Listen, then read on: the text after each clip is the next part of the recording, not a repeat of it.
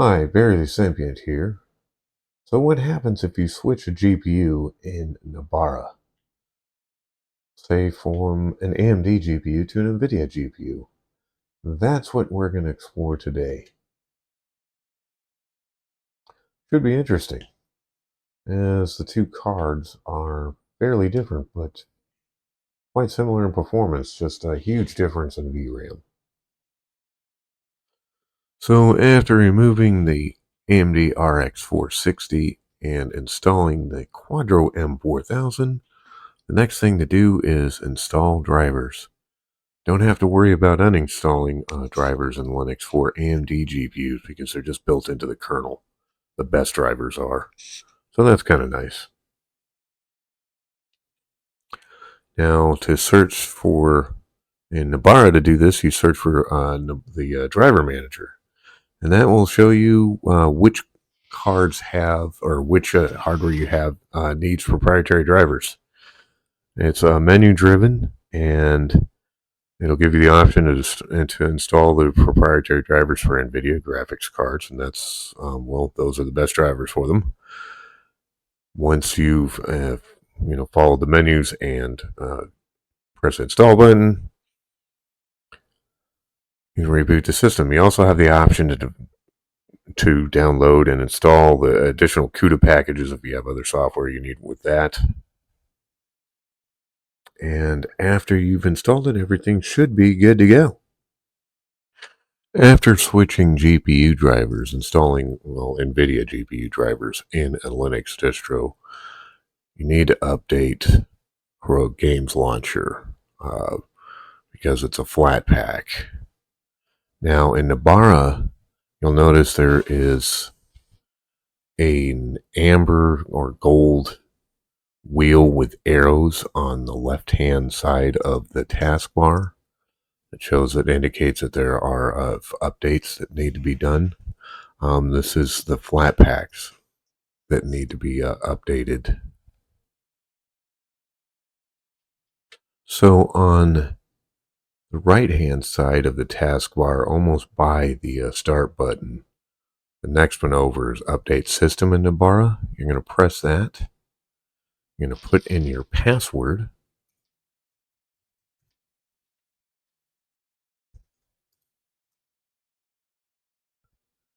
Then you're going to go to Open Package Manager.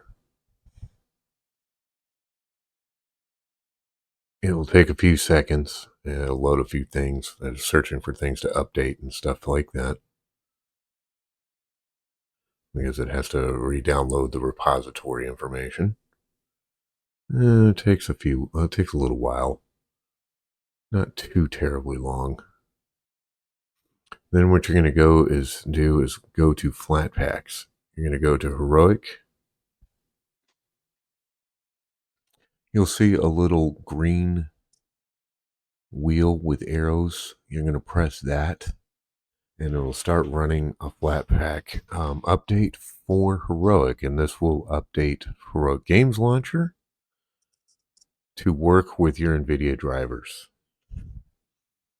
That will take a few minutes. After that, you're going to want to reboot your system.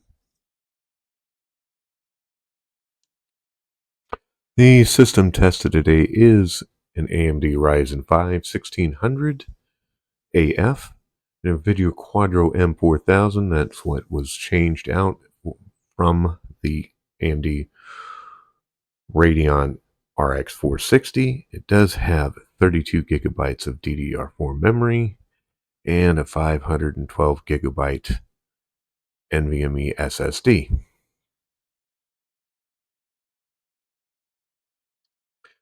The AMD RX 460 couldn't even get a playable frame rate at 720p and the lowest settings in Cyberpunk 2077. Now, with the texture quality at high at 720p, all the other settings set to their lowest, and using FSR 3.0 balanced, the in-game benchmark, the built-in benchmark, was able to average 43 frames per second almost on the M4000. So I gave it a go in the actual game and played it around in this and did some various things, causing a ruckus in the city. And it averaged 49.8 frames per second in game, which is even higher than the built-in benchmark, which is surprising. Had a 1% low of 32.4 and a 0.1% low of also 32.4. So the M4000 did really well. And it's Cyberpunk 2077 at 720p. FSR balanced. High textures is playable on this card. That's amazing. Now, on the original version of Crisis, it wasn't such a rosy update from the RX 460 to the M4000. While the M4000 did have a higher average frame rate, it had a lower 1% low and a lower 0.1% low, as it averaged 54.5 frames per second, had a 1% low of 17.1 and a 0.1% low of 10.6. Yeah, unfortunately, gameplay just felt less stable on the M4000 on this game. You know, the original Crysis is having a problem in the newest drivers in Nvidia anyway, even in Windows as well. So it's just a weird thing that's going on with this game and Nvidia lately. So GTA 5 Enhanced saw a massive performance increase between the two cards. As I tested it at 720p lowest, which was what I did on the RX 460 first on this M4000, and the performance was at least a 50% increase, as it averaged 93.2 frames per second, had a 1% low of 60.7 frames per second, and a 0.1% low of 56.5 frames per second. Well, if I recall correctly, the RX 460 only averaged 61 frames per second. So yeah, massive, massive boost. So I decided to test 1080p high settings on the M4000, and it actually did put out a playable frame rate. Now, it's not ideal, but it's still certainly playable. It averaged 38.4 frames per second, had a 1% low of 31.1 frames per second, and a 0.1% low of 29 frames per second. So not the fastest in the world, but definitely stable. That is actually, quite an impressive feat for Nobara.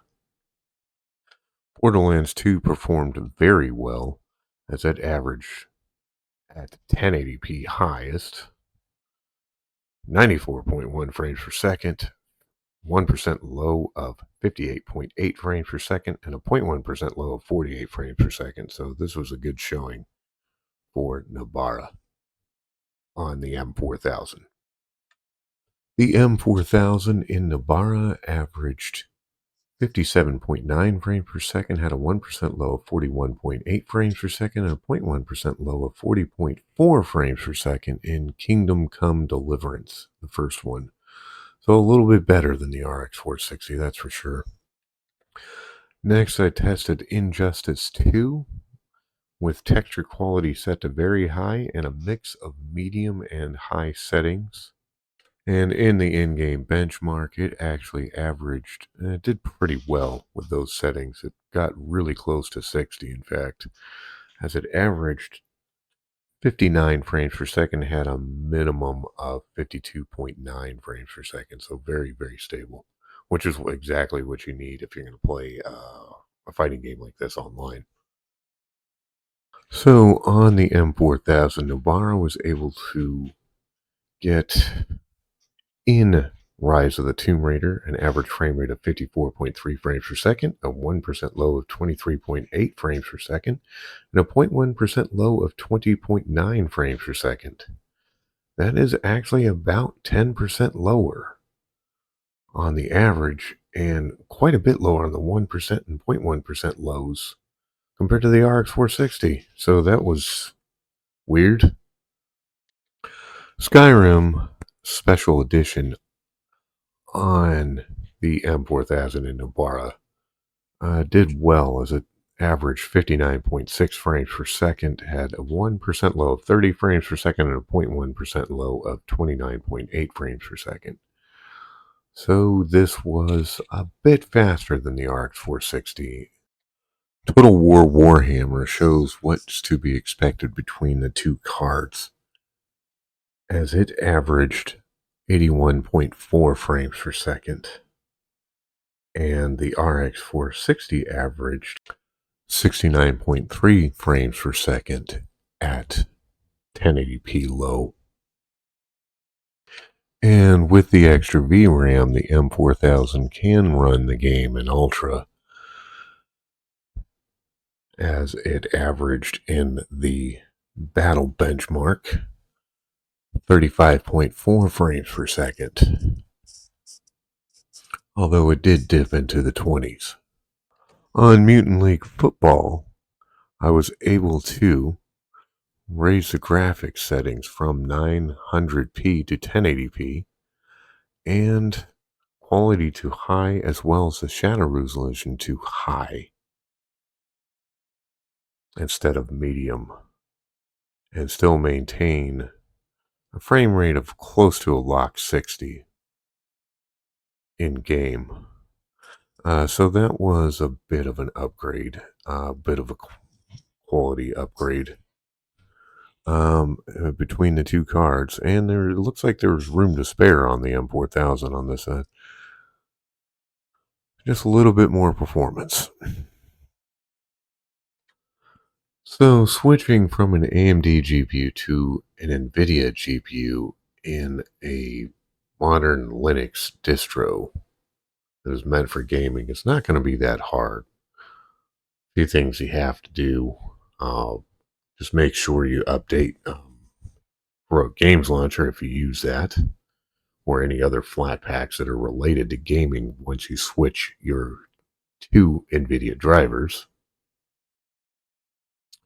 And the other thing to keep in mind is, most of the time, like, you're probably going to switch cards in order to increase performance. I'd imagine you're getting a more powerful card, right?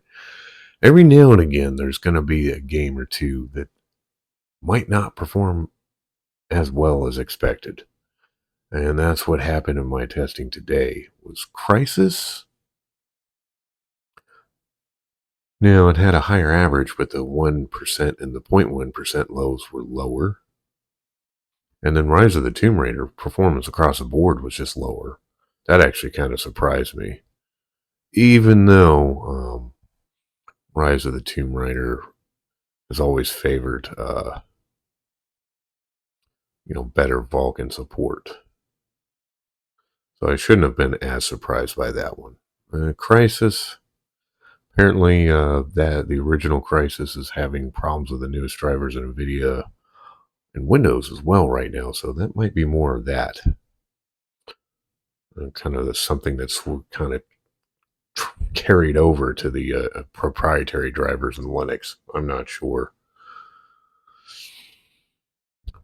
But overall, I mean, NVIDIA drivers work well in Linux nowadays. They didn't always. They've gotten a lot better.